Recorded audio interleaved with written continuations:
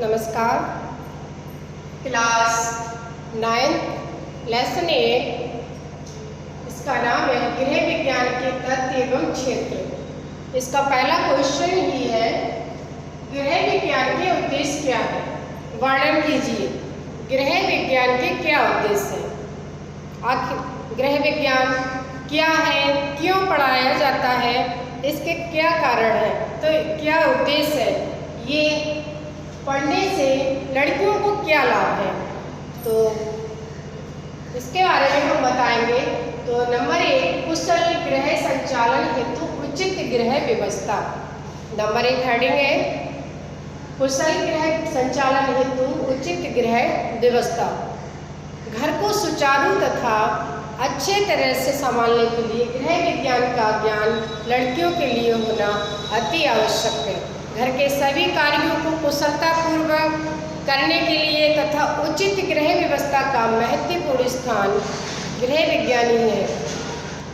उपलब्ध साधनों के द्वारा ही हम ये तय कर सकते हैं कि हम अपने कार्यों की योजना तथा उसका नियोजन तथा नियंत्रण या मूल्यांकन किस प्रकार करें।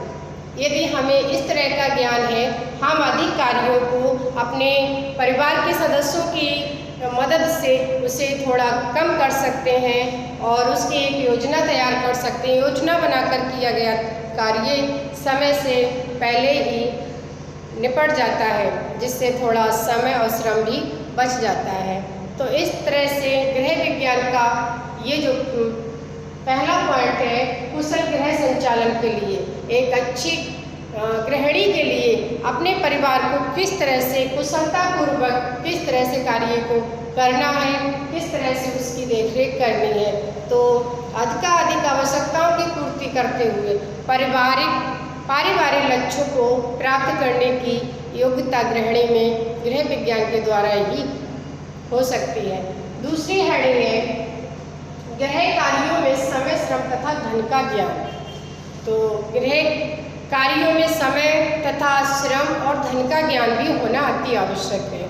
ये जरूरी है, जिस कार्य को हम लेते हैं, जिसकी योजना बनाई है हमने, उस कार्य में कितना समय लगता है, कितना धन लगता है और कितना श्रम लगता है।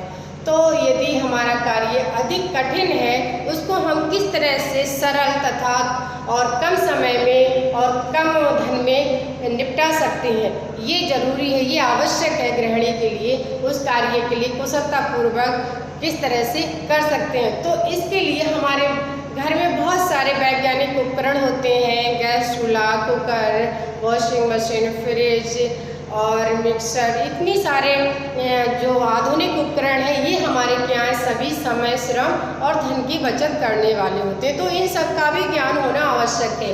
तो प्रत्येक गृहिणी के लिए, प्रत्येक लड़की के लिए इनका ज्ञान यदि है तो वह अपने अनमोल समय को बचा सकती है और उस बचे हुए समय में कुछ एक्स्ट्रा काम भी कर सकती है। और अगली हेडिंग है नंबर 3, शारीरिक रचना एवं स्वास्थ्य संबंधी ज्ञान प्रदान करना। तो तीसरी हेडिंग जो सबसे महत्वपूर्ण है, शारीरिक रचना एवं स्वास्थ्य संबंधी ज्ञान। अक्सर आपने देखा होगा बच्चे को बुखार आ जाता है या सर्दी, निमोनिया, बहुत सारी चीज़ें हो जाती हैं बच्चों के लिए।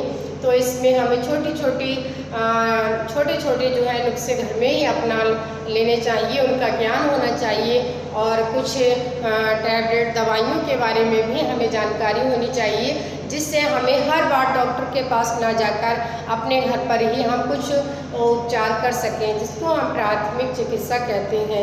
तो हम डॉक्टर से पहले जो हम चिकित्सा करते हैं उसको ही प्राथमिक चिकित्सा कहते हैं। तो इसका भी ज्ञान होना बहुत ज़रूरी है और हमें अपनी शारीरिक रचना का भी ज्ञान होना बहुत आवश्यक है। जैसे श्वसन तंत्र है, पाचन तंत्र है और जनन तंत्र है।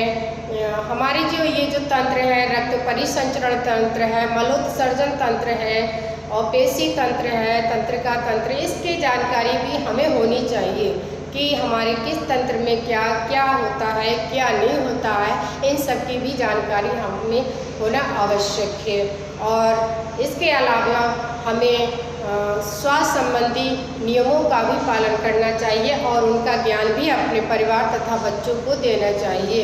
और विभिन्न रोगों के होने के कारण उसे बचने के उपाय तथा रोकथाम के उपचार भी हमें उनका ये सब ज्ञान होना आवश्यक है, जिससे हम ये ज्ञान अपने परिवार में अपने बच्चों तथा अपने अन्य सदस्यों को भी दे सकें। अगली हेडिंग हमारी है मातृकला एवं शिशु पालन का ज्ञान। मातृकला एवं शिशु पालन का ज्ञान, तो ये बहुत ही इम्पोर्टेंट हेडिंग है, मातृकला एवं शिशु पालन का ज्ञान। छोटे बच्चे जो होते हैं उनको संभालना बहुत ही मुश्किल होता है, इसीलिए इसका ज्ञान प्रत्येक गृहिणी को होना चाहिए। मातृकला एवं शिशु पालन के विषय के अंतर्गत माता एवं शिशु के स्वास्थ्य संबंधी जानकारी भी हमें आवश्यक होनी चाहिए, उसका भी ज्ञान होना जरूरी है।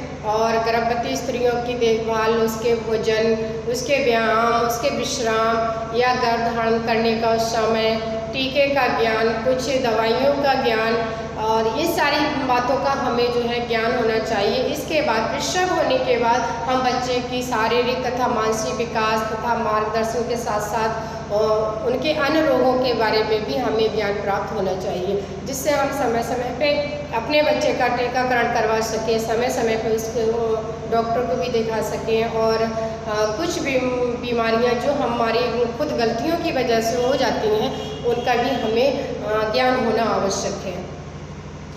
अगली हेडिंग है आर्थिक नियोजन तथा आय व्यय में संतुलन रखने के उपाय।